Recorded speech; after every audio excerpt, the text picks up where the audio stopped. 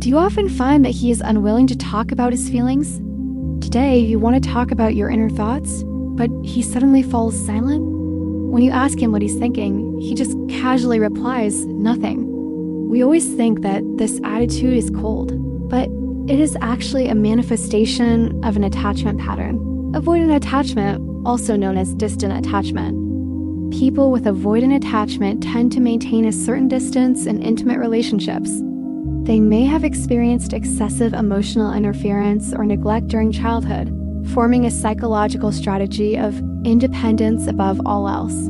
Intimacy means vulnerability, and vulnerability means potential for injury. Therefore, they often restrain and cautiously express their emotions, sometimes even appearing indifferent. You will observe such behaviors from him: unwillingness to discuss his emotions or thoughts, always postponing responses, tendency to avoid rather than communicate during disputes or conflicts. Even in intimate relationships, he retains his personal space and does not easily give in. He may appear calm on the surface, but deep down he's cautiously protecting himself, fearing the loss of autonomy or being overwhelmed by emotions. Sometimes you may feel anxious due to his distance, or even feel that the relationship lacks warmth. However, this is not because he doesn't care about you, but because his approach to handling intimate relationships is completely different from those with anxious attachment.